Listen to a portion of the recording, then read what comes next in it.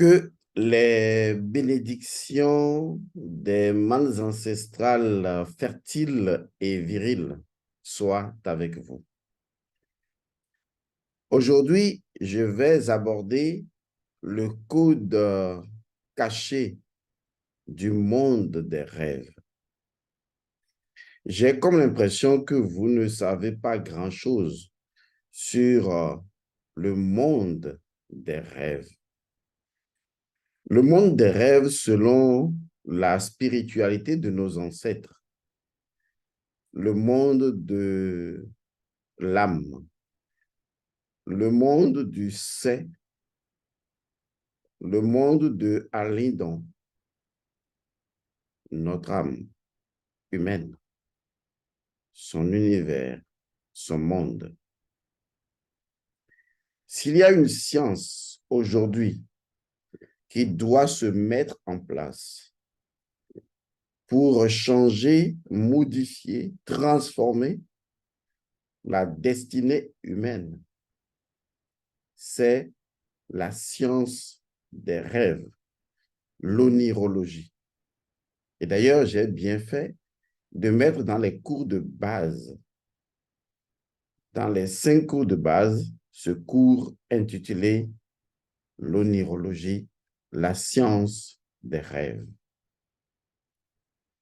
Mais avant d'aborder le code caché du monde des rêves, j'aimerais faire une parenthèse, un peu pour répondre à certaines personnes que je qualifie de kamito-nazis, que leurs interventions, honnêtement, en vérité, sont très inutiles en ce qui me concerne. Vous n'avez pas affaire à un fréluquet de la connaissance. Et je ne suis même pas non seulement un homme du savoir et de la connaissance, je suis un sage. Ne vous en déplaise. Je vous expliquerai un jour ce qu'on appelle le principe premier de la sagesse. Cela vous permettra de sortir de votre arrogance basée sur l'ignorance et des frustrations, des blessures internes, des personnes intérieurement malades. Cela n'a rien d'insultant parce qu'il suffit de regarder comment les gens réagissent, pas agissent, pour savoir ce qui se passe au fond d'eux. Laissez-moi vous ouvrir juste d'autres champs de connaissances afin que vous vous posiez des questions sur vous-même. Lorsque j'entends des gens me dire « Oui, il faut d'abord changer ton nom pour être considéré kémite », cela me fait rire des fois. Et souvent, ça vient des personnes qui n'ont jamais fait un rituel en ce qui concerne leur propre tradition. Des personnes qui ne connaissent qu'une parcelle de mon nom, mais qui ne connaissent pas mon nom en entier. Et cela m'importe peu, parce que j'utilise le nom vibratoire que je dois utiliser dans une mission précise. Mais je vous invite à consulter mon état civil pour avoir une idée de mes noms et prénoms. Encore que, honnêtement, cela ne... Je m'en fous, en fait, parce que ce n'est pas là où se trouve la vérité des choses. J'aimerais, comme je le disais, ouvrir votre champ de connaissances sur d'autres pans de la vie en général pour montrer qu'en fait, vous vous mentez à vous-même et vous ne faites pas preuve de sagesse. Comme je le disais tantôt, je vous ferai des émissions entières sur la sagesse. Cela vous éveillera un tant soit peu. Et ce que je dis n'a rien d'insultant, je vous le garantis, ni de condescendant, comme des gens se plaisent à utiliser ces mots. Mais revenons à cela. Quelle langue vous parlez lorsque vous vous adressez à moi? Vous parlez le français. Mais vous auriez pu écrire dans votre langue ou renoncer définitivement au français. Parce que changer votre nom et continuer à parler dans la langue française, à travailler avec le colon, à manger sa nourriture, parce que la nourriture même est culturelle et la nourriture est également culturelle. La nourriture est culturelle. Lorsque moi je vais dans un restaurant français, je n'arrive pas à manger parce que je ne comprends pas la nourriture. Pourtant, quand je vais dans un restaurant béninois, un restaurant togolais, je suis tellement à l'aise, même si je n'ai pas le même niveau de standing, je me sens totalement à l'aise parce que la nourriture, et je vous ferai une capsule sur la métaphysique de la nourriture, cela vous aidera à comprendre que la nourriture associée au cas et le cas associé à l'ancestralité, ça a une connotation spirituelle. Mais vous vivez en Europe, vous prenez les moyens de déplacement européens, vous parlez leur langue, vous mangez de leur nourriture, vous vivez dans leur mode de travail, de vie, vous adoptez leur style d'expression et d'habillement. Vous le faites tous les jours. En fait, l'environnement magnétique même de la Terre où vous vous trouvez vous imprègne 24 heures sur 24. Et ce n'est pas tout. Vous utilisez leur monnaie.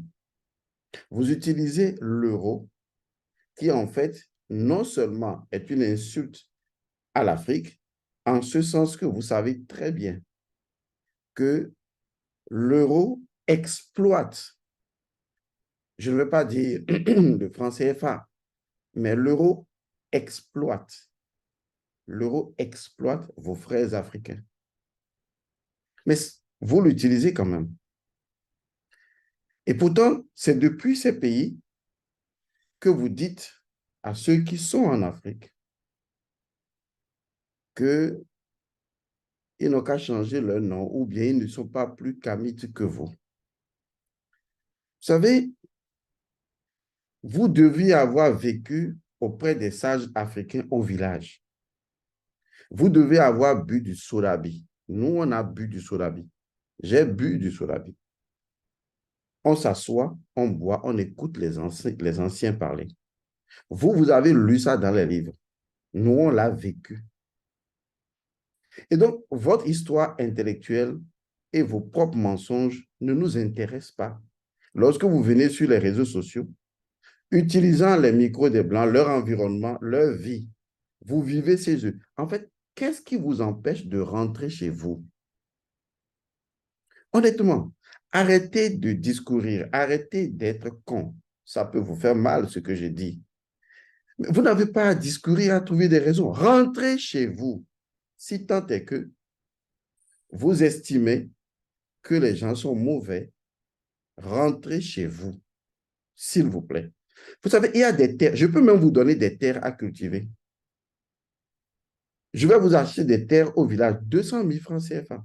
Je vais vous mettre dessus et vous allez cultiver la terre. Mais vous ne voudrez pas le faire parce que vous aimez trop votre environnement chic. Et quand vous venez en Afrique, vous jouez les Français. Et c'est vous qui êtes les donneurs de leçons sur les réseaux sociaux. Alors, je ne veux pas discuter avec, parce que souvent les demi-lettrés sont plus dangereux que les lettrés eux-mêmes. Je ne voudrais pas discuter avec vous parce que pour discuter avec un interlocuteur, il faut voir le niveau de sa capacité de réflexion. Je ne parle pas des gens qui ont des opinions.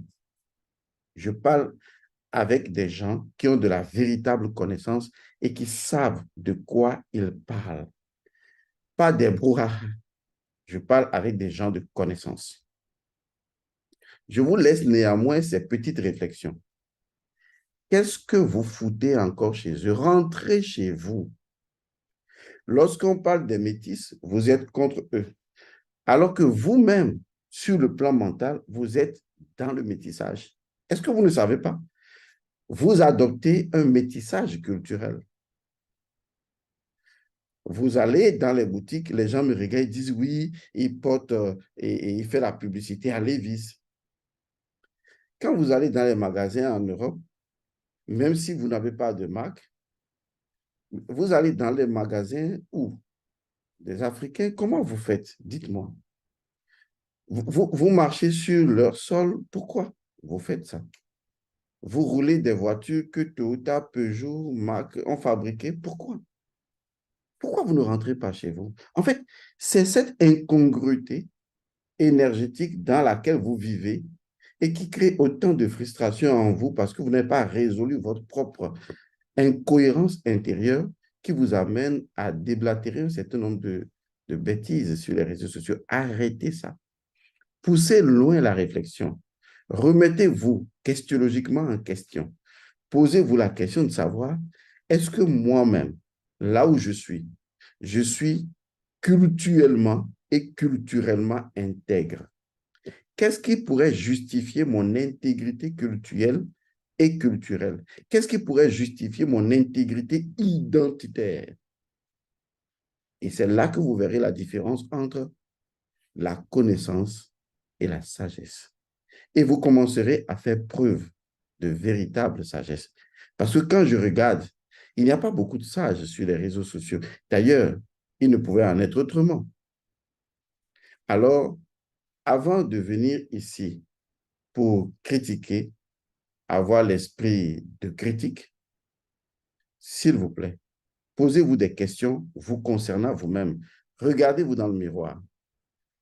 Parce que quand vous l'écrivez en français. Et comment ça se passe dans votre tête quand vous parlez le français? Peut-être même que vous ne parlez pas bien votre langue. Moi, je parle mes langues. Peut-être même qu'en fait, quand vous êtes à l'étranger, vous êtes dans un environnement totalement ouf. Vous allez dans leur style. Et pourtant, c'est vous qui dites aux gens de changer de nom. Est-ce qu'on vous a enseigné comment on change de nom en Afrique? Vous êtes venu voir quelqu'un qui vous a dit, voilà comment on change de nom en Afrique. Donc, arrêtez de vous mentir à vous-même. Parce que je sais que ce que vous aimez, c'est Black Power. Oui, Black Power. Ça, on le rencontre également dans les églises. Vous allez voir que c'est les Noirs. Non, erreur. Les nègres qui, la plupart du temps, on dirait des possédés. Et c'est eux que vous verrez encore dans beaucoup d'autres situations, en train de raconter Black Power. Et quand vous dites, oui, Black Power, on dit, oui, c'est bon, tout le monde vous soutient. Vous pensez que j'ai besoin de votre soutien? Moi, non. Je suis dans les principes de la nature, je suis dans la marade, que cela vous plaise ou pas.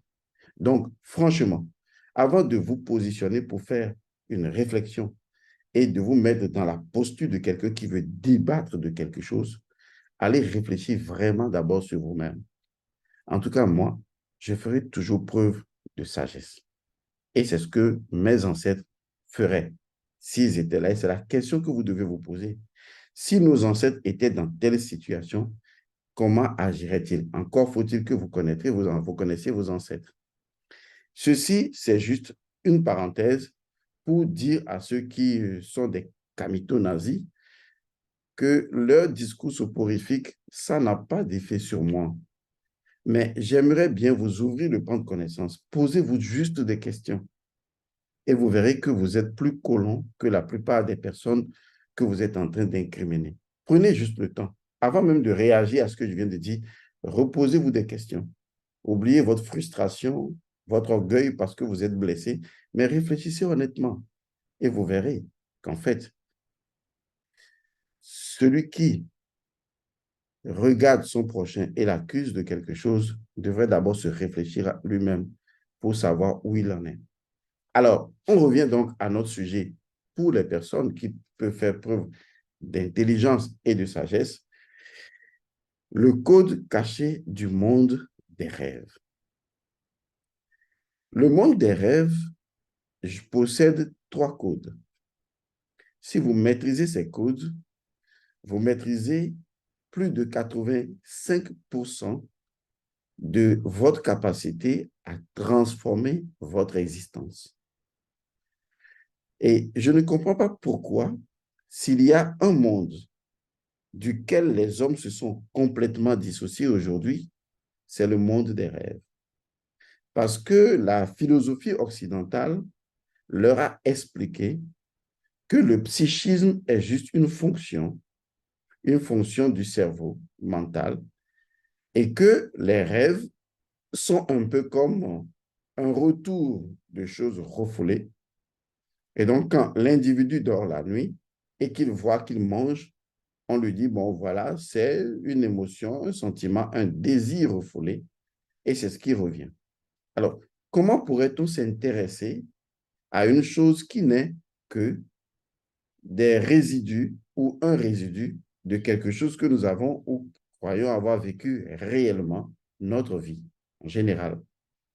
Donc, si je considère que j'ai vécu ma vie dans la journée et qu'il y a des désirs qui sont refoulés et que ces désirs apparaissent à l'état de rêve, ben, c'est tout à fait normal que je ne m'y intéresse pas, puisque je verrai justement que le vrai monde, c'est le monde où j'ai des désirs et que quand ces désirs ne sont pas satisfaits, eh bien, le monde des rêves me les renvoie et naturellement, ça ne devrait pouvoir pas m'intéresser. C'est ce qui a éloigné de façon basique les gens du monde des rêves. Cela a créé un désintérêt à l'égard des rêves parce qu'on ne leur a pas dit la vérité. D'abord, la vérité, c'est quoi? C'est que tout ce qui existe procède de son propre principe premier. Et donc, les rêves ne sont pas une fonction ou un événement psychique. Les rêves sont plus que ça. Puisque avant que quelque chose ne soit de l'énergie psychique, la chose devrait d'abord être de l'énergie spirituelle. Car l'énergie psychique n'est que l'énergie spirituelle se déroulant dans un environnement mental. À partir du moment où c'est la coloration de l'environnement qui donne à une énergie première spirituelle sa nature d'énergie psychique, notre rôle à nous, c'est de remonter dans la nature principielle des rêves pour comprendre justement le pourquoi des rêves. Parce que les rêves auraient pu ne pas exister, mais pourquoi les rêves existent? Le pourquoi, cela nous retourne au principe premier des rêves. Les rêves, pour les comprendre, il faut d'abord situer l'environnement dans lequel le rêve se déroule. Généralement, le rêve se déroule dans ce qu'on appelle globalement le plan de l'âme humaine. L'âme humaine réside sur un plan général qu'on appelle le plan astral. Le plan astral lui-même peut être subdivisé en plusieurs parties, généralement en trois parties. Il y a une dimension inférieure astrale qui est également associée au cas. Il y a une dimension astrale médium ou média, milieu, qui est le monde astral lui-même. Et il y a une dimension supérieure du monde astral qui est donc associée à l'astral nord ou à l'astral pur et donc en général également associée à ce qu'on pourrait appeler le plan ancestral. Et donc, il est important non seulement de savoir que l'âme a un monde, c'est-à-dire un univers propre à lui, mais il est encore plus intéressant de savoir que les réalités existentielles physiques découlent justement de ce qui se passe au niveau de l'âme humaine et de son univers. Et que toutes les choses qui se produisent dans le plan d'existence physique, ce sont des choses qui se sont déjà produites au niveau donc du monde de notre âme humaine avant que ces choses ne viennent dans le monde physique. Mais étant donné que la temporalité dans le monde de notre âme humaine est différente du monde physique, des événements pourraient se produire bien avant ou à court terme ou même instantanément et le corps physique pourrait les restituer dans un délai temporel à lui ou carrément immédiatement. Cela dépend justement de la vitesse ou de la puissance de la chose qui se produit. Mais ce qu'il faut savoir, c'est que toute l'énergie et toute la transformation physique proviennent justement du monde de notre âme humaine et qu'il y a des décisions que notre âme humaine prend ou déroule et que cette décision-là, on nous en donne accès dans ce processus qu'on appelle justement les rêves. Les rêves sont donc le comportement ou l'attitude ou bien les, les réalités ou bien les agissements, les fonctions, tout ce que vous voulez de notre âme humaine lorsque le corps est au repos ou dans un état de conscience reposée. Car on peut justement faire également des rêves éveillés où notre conscience physique est diminuée et la conscience astrale prend le dessus sur la conscience physique. On appelle cela le rêve éveillé. Cela arrive par exemple où vous voyez quelqu'un venir chez vous et après vous revenez à vous, mais personne n'était là. Et peut-être quelques temps après, justement, la personne arrive. Vous avez l'impression d'un déjà vu ou vous avez l'impression d'un rêve qui s'est déroulé et vous revenez justement à vous. Ce que je voudrais vous expliquer de façon claire, c'est que la capacité de modifier votre vie, de modifier votre destin, votre destinée et votre destination, eh bien, ces informations et leur transformation, leur changement découlent de votre aptitude à utiliser le monde des rêves. Car le monde des rêves regroupe deux dimensions, à savoir, ou ne serait-ce que trois dimensions, puisque la dimension physique ou éthérique est incluse, mais je l'exclus pour le moment. Le monde des rêves regroupe deux grandes dimensions, ce qu'on appelle la quatrième dimension et naturellement la cinquième dimension. Or, ces deux dimensions sont non seulement liées aux ancêtres, mais également aux mondes ancestrales. C'est la raison pour laquelle les rêves constituent également un moyen par lequel le monde ancestral communique avec l'âme de l'individu. Parce que justement, l'âme de l'individu découle du plan ancestral, puisqu'il fait partie d'une matrice ancestrale de laquelle il découle et à partir de là, il agit dans un environnement précis. Donc, il est important de savoir que l'outil, c'est ça justement, les rêves, qui sont un outil, l'outil que constituent les rêves existe pour transformer complètement votre vie. Et que je devrais vous demander d'accorder autant d'attention que les rêves représentent dans votre vie, c'est-à-dire plus de 85%. Accordez plus de 85% d'attention à votre monde des rêves. Ça veut dire que vous accordez d'attention à votre âme humaine. Le monde des rêves n'est pas donc une illusion. C'est une illusion pour nous, parce que le langage que les rêves expriment, c'est un langage qui n'est pas accessible à nous. Nous, on l'appelle le langage symbolique. Les rêves utilisent justement les éléments résiduels de votre existence, mais dans une cinématique précise pour traduire un message. De toute façon, les rêves n'ont pas le choix. Il faut que les rêves utilisent un environnement qui vous est familier. Mais les éléments de cet environnement qui sont utilisés dans le rêve deviennent systématiquement, dans le monde des rêves, des codes. Et ces codes doivent être compris selon leurs principes premiers pour comprendre le contenu des rêves. Par exemple, il peut arriver, et c'est arrivé à beaucoup de personnes, que dans les rêves, vous perdiez les cheveux. Vous voyez, ou carrément dans les rêves, on vous rase la tête ou on vous coupe les cheveux. Vous pourriez vous réveiller en disant, oui, c'est parce que je voulais faire mes cheveux. Et c'est pour ça que j'ai rêvé qu'on me coupe les cheveux. Mais ce n'est pas vraiment cela. Parce que le rêve a besoin de cette information de cheveux pour traduire une réalité ou une information. Étant donné que les cheveux font partie de votre connexion avec l'esprit, également de votre connexion à votre identité, ou des gens rêvent même qu'ils n'ont plus de tête et donc qui représentent l'identité, ça veut dire que en fait, les rêves vous renvoient à aller au-delà de vous pour comprendre la cause de votre problème et qui proviendrait soit d'une source identitaire. Vous pourriez également rêver que vous êtes en train de fuir à l'état de rêve ou que vous êtes en train de mourir à l'état de rêve. Tout cela dépend en fait du fait que le monde des rêves a besoin d'un certain nombre d'informations personnelles à vous, parce que chacun ne fait pas, tout le monde ne fait pas le même rêve, pour pouvoir vous dire, voilà ce que tu dois faire. Comme je le disais tantôt, le monde des rêves réunit, disons, les 3 moments de la vie, du temps, à savoir le passé, le présent et le futur. Et donc, les rêves peuvent vous indiquer la nature de ce qui se produit dans votre vie présente, tout comme les rêves peuvent vous faire remonter dans le passé pour essayer de vous donner une information sur quelque chose qui ne va pas dans votre vie. Ça arrive tout le temps lorsque vous rêvez d'être encore sur les bancs à l'école.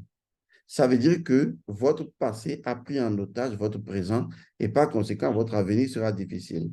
Cela signifie en clair qu'il y a une situation du passé qui est irrésolue et qui sollicite votre vie actuelle et donc une partie de votre énergie actuelle qui doit servir à évoluer, est piégée dans un événement du passé. En fait, vous pensez qu'un événement passé est passé, mais c'est faux. Un événement passé est passé pour vous, mais dans la mémoire de la nature, l'événement n'est pas passé. L'événement est toujours d'actualité. Et donc, si un élément du passé n'est pas résolu, au moment où vous avez besoin de son énergie, puisque c'est la totalité de votre énergie qui se meut dans la vie, au moment où vous avez besoin de la totalité de votre énergie pour avancer sur un projet, eh bien, une partie de votre énergie est piégée dans le passé. Et donc, en ce moment, le passé a pris en otage votre énergie actuelle. Cela amène des rêves du passé, des rêves dans lesquels vous revoyez votre ex, ou vous revoyez les choses passées, ou vous êtes en train de faire un examen dans une classe que vous aviez déjà passée. Cela veut dire que vous êtes pris dans une énergie passée. Vous devez résoudre votre conflit avec cette énergie avant de pouvoir avancer. Et donc, les rêves vous aident à remonter dans le passé. Parce que pour le monde des rêves et dans le monde des rêves, le passé n'est pas passé. La preuve, si vous arrivez à résoudre ce passé, votre vie présente évolue de façon naturelle. C'est comme s'il y avait plusieurs cordes qui sont reliées au passé depuis votre vie présente et qui sont reliées à votre futur. Mais que vous voulez avancer et il y a une corde qui ne fonctionne pas bien. Et cette corde est liée à un événement passé. Peut-être, un exemple, vous avez manqué de respect à votre père ou à votre mère. Et aujourd'hui, à un moment donné où vous avez envie, ou même un autre exemple, votre mère ou même vous-même, vous avez fait un avortement, ou vous avez eu à faire des choses. Et jusque-là, votre vie se déroulait bien, mais à un moment donné, puisque vous voulez aller encore plus loin, eh bien, vous sollicitez une énergie qui est reliée à un événement passé, mais qui n'a pas été résolu. Cet événement vous dira, mais tant que tu ne vas pas me résoudre, tu ne veux pas aller plus loin. Vous appelez cette situation un blocage. Ce que vous voyez. Donc, le blocage, en réalité, ce n'est pas une mauvaise chose à la base, parce qu'il faut aller à la source du blocage. Qu'est-ce qui se passe?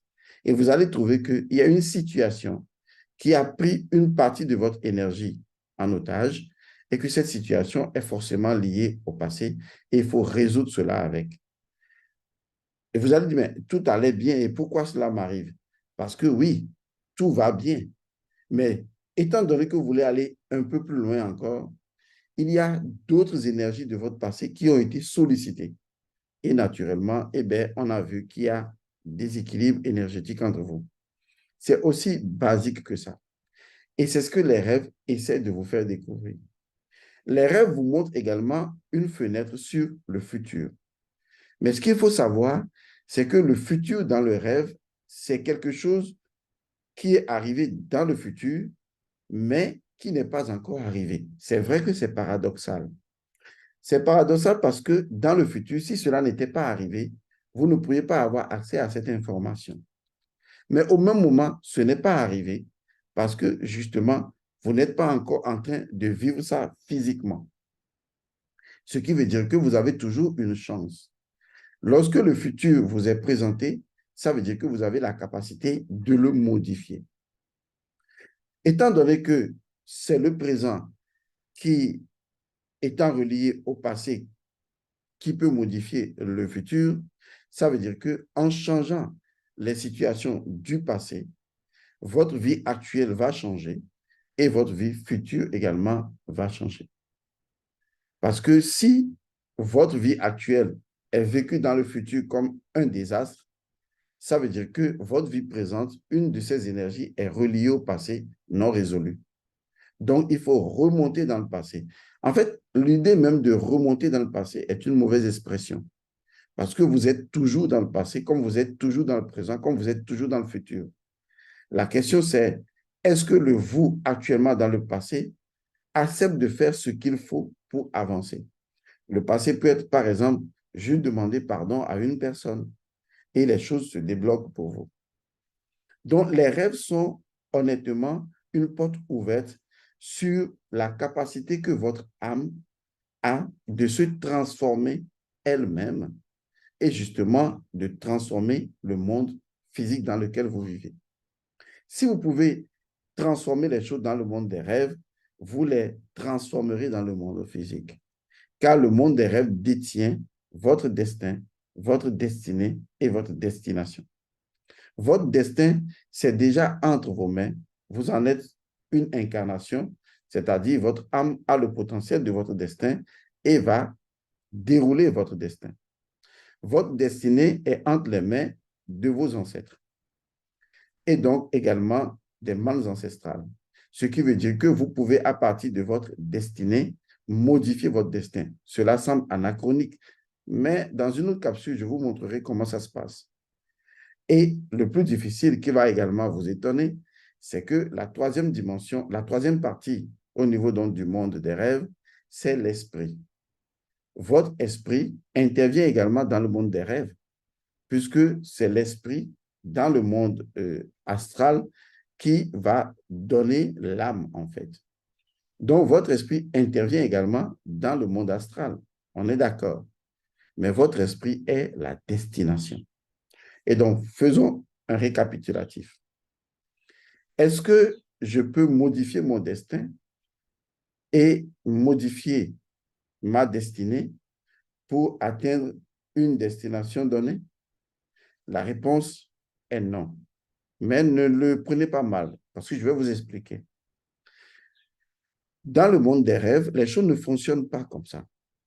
Dans le monde des rêves, c'est d'abord la destination que vous devez créer, que vous devez modifier. C'est la destination qui va en fait obliger votre destinée et transformer votre destin. Ça paraît incroyable, mais c'est vraiment le bon schéma, je vous assure. Beaucoup de personnes ignorent ce schéma, ignorent ce code caché du monde des rêves. Tout le monde veut modifier son destin. Oui, d'accord. Tout le monde veut modifier sa destinée. Oui, d'accord.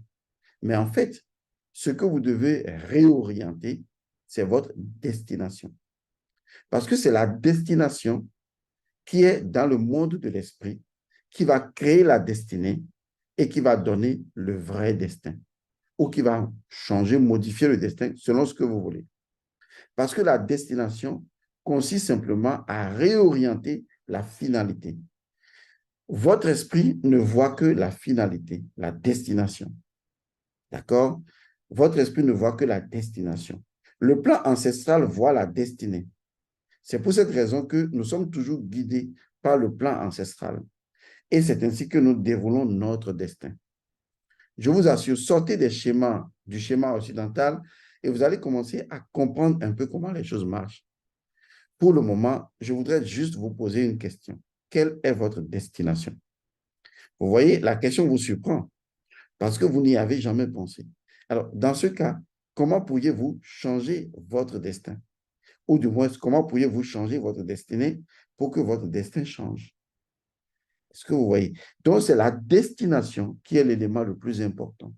Vous deviez prédéfinir votre destination. Car la destination est le principe premier qui va générer la destinée et qui va générer le destin. Donc, quelle est votre destination? Vous voyez, la réponse, la question vous prend de coup. C'est normal parce qu'on ne pense pas comme ça.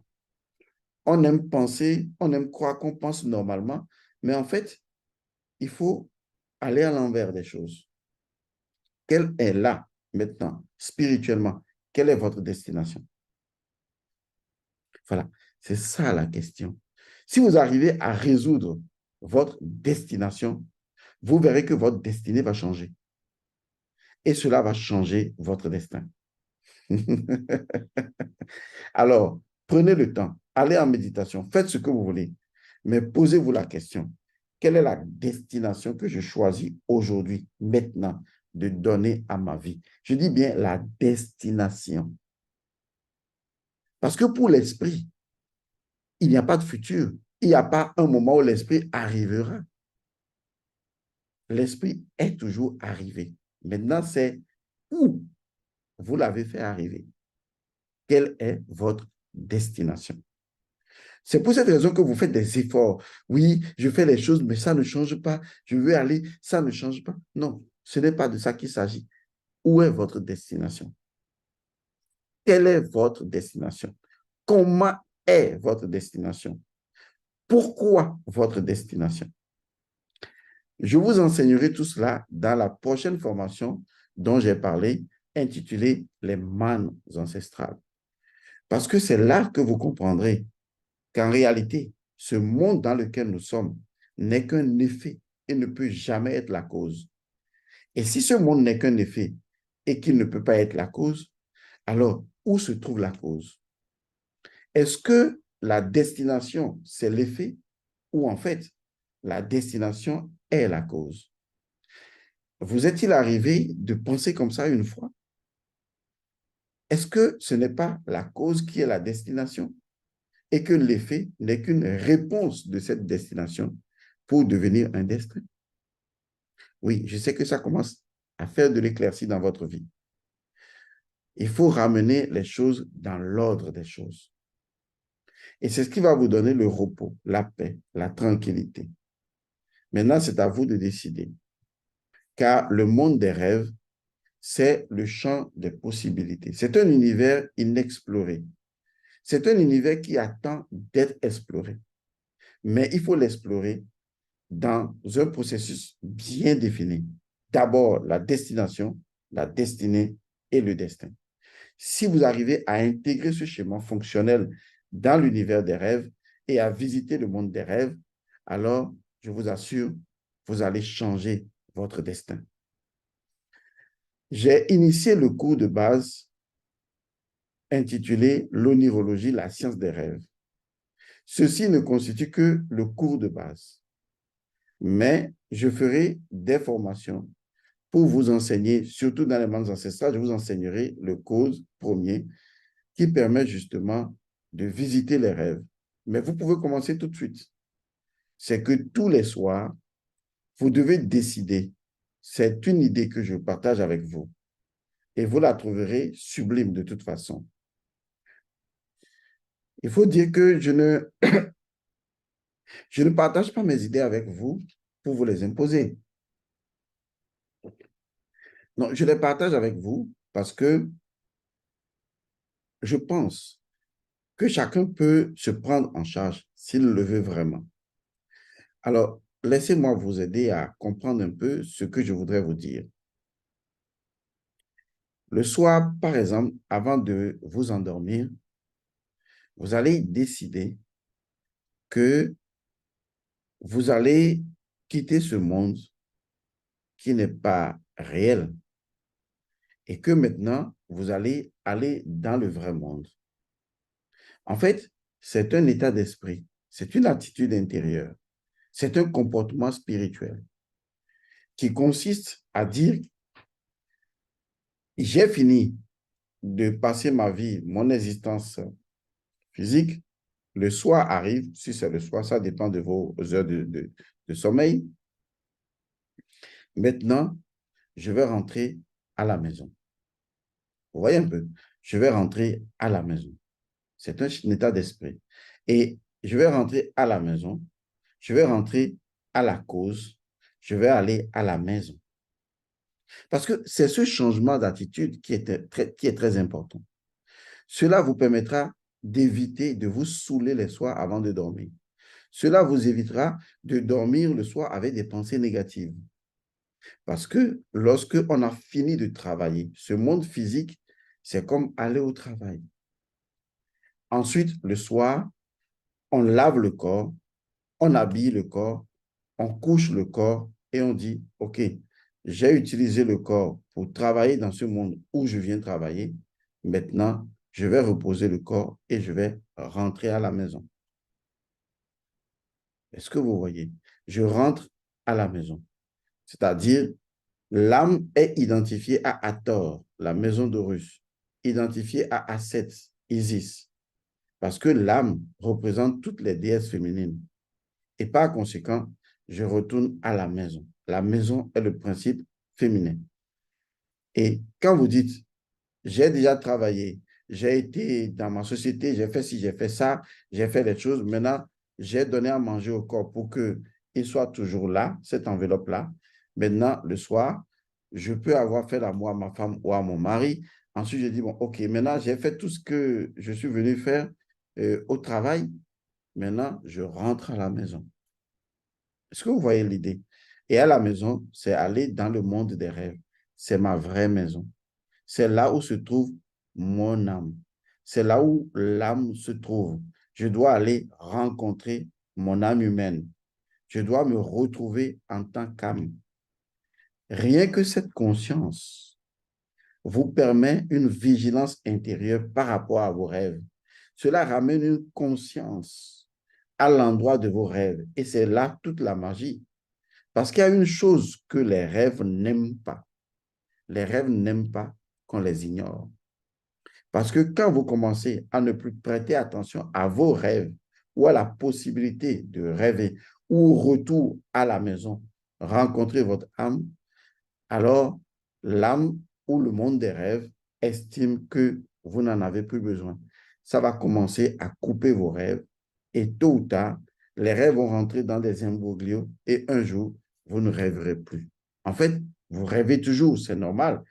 Et c'est impossible d'arrêter les rêves, puisque les rêves, c'est l'activité de l'âme dans son monde. Mais vous n'avez plus accès à l'information. Vous êtes coupé de l'information. Et si vous êtes coupé de l'information du monde des rêves, vous êtes coupé de plus de 85% de votre vie. Ça veut dire que vous ne pouvez pas débloquer les autres potentialités qui sommeillent dans votre cerveau. Vous ne pouvez pas aller plus loin. Parce que je vous le garantis, si vous arrivez à entrer dans le monde des rêves, dans l'univers des rêves, et à vous positionner dans les rêves, et à acquérir la conscience suivante, je suis en train de rêver que je rêve. Et après, une autre conscience arrivera. Je suis en train de rêver que je rêve dans un rêve. Vous voyez, c'est ainsi qu'on acquiert la conscience dans le rêve. Et une fois qu'on acquiert la conscience dans le rêve, c'est comme si on est conscient de l'autre côté. On peut décider de modifier les réalités depuis là-bas, sans se soucier d'ici. Et je vous assure, les réalités se modifient ici. Maintenant, c'est à vous de savoir comment appliquer la trilogie de la destination, de la destinée et naturellement du destin. C'est à vous de jouer. Voilà, je vous remercie d'avoir suivi donc cette capsule. J'espère qu'elle vous aura ouvert un peu les yeux, qu'elle vous aura permis justement de repenser l'univers des rêves, d'écouter les rêves de vos enfants, parce que les enfants parlent, de ne négliger aucun rêve et de savoir que chaque rêve porte un message et de vous y intéresser ou de retrouver des personnes qui peuvent vous expliquer les rêves. Surtout les rêves qui ont acquis leur propre autonomie, leur propre récurrence ou leur propre loi. Ce que nous appelons les rêves répétitifs ou les rêves très marquants qui vous ont saisi. Ces rêves, ça veut dire que l'âme estime que le message est indispensable. Et pour sa survie, elle impose une certaine violence, une répétition dans le schéma onirique pour vous amener à prendre conscience. Mais quand l'âme aura tout fait et que vous seriez toujours resté l'individu fermé et carré à ces informations, à un moment donné, il peut arriver que votre âme meure spirituellement, métaphoriquement, avant même que la mort physique ne vous arrive. Car en réalité, lorsque vous faites attention, toutes les informations de votre vie vous parviennent avant même que ces informations n'arrivent. La question est, jusqu'à quel point vous êtes ouvert au monde de votre âme? Le point de départ, c'est les rêves. Je vous remercie et je vous retrouve dans une autre capsule. Paix à vous.